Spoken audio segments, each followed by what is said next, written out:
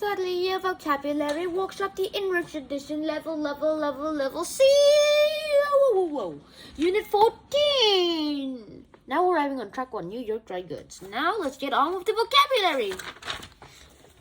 Definitions. Amplify, a verb. Armistice, a noun. Arrogant, an adjective. Bland, an adjective. Disclaim, a verb. Epoch, a noun. Estrange, a verb.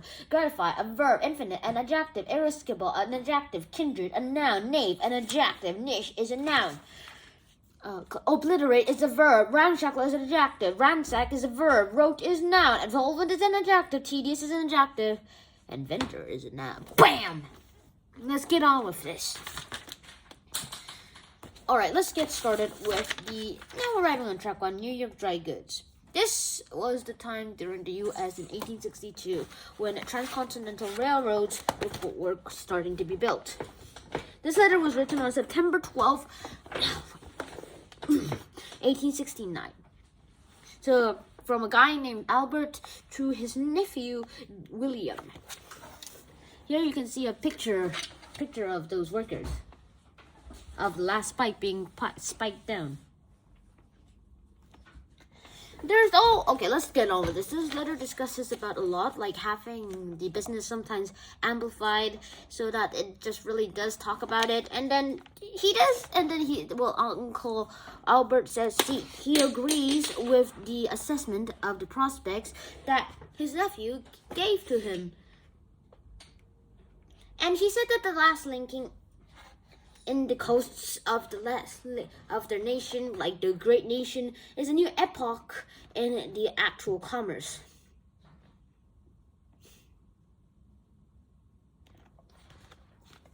And that is one of the best things about this. I mean, to disclaim here, there is a lot of things that don't really make sense, but I can live with that a lot. He is gratified to report that the first shipments arrived at the American station, at the Alameda station.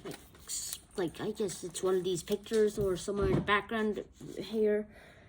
And that the oceanic, and he also said that he expects that the oceanic travel will not be obliterated.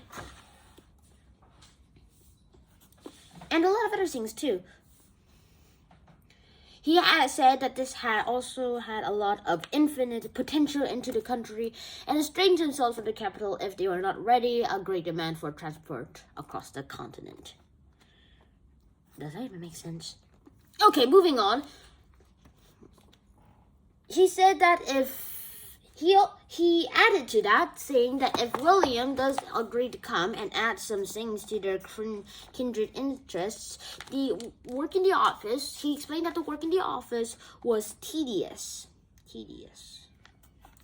But although he was welcomed, even though his tastes were a bit bland with it, and he suggested that William, if he does come, could be part of the vending team, like the part who goes with the vendors and merchants that they supply in California, Utah, and Nevada. And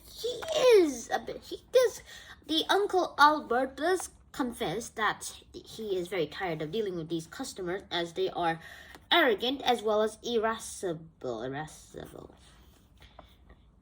However, they could be able to find a niche that's just perfect for him. The city itself is more of just ramshackle houses and a cluttered campus tents.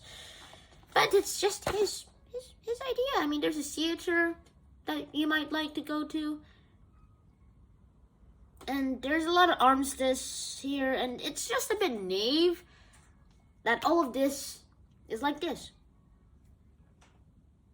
Nobody has ransacked yet, and he's still solvent. He's still solvent in his money problems. And there is no road that he can think of. So if William can think of one, they might be able to use it for their kindred needs. And that is the end of this episode. Hope you guys enjoyed this episode, because in this episode I have enjoyed this episode and I want you guys to share it. Subscribe to the channel if you haven't already. See you guys in the next episode. Click or choose either of these 2 videos. I'm pretty sure I haven't put it there. Or just choose some videos on my channel. See you guys in the next episode. Schnan out. Peace. SEAN Sean.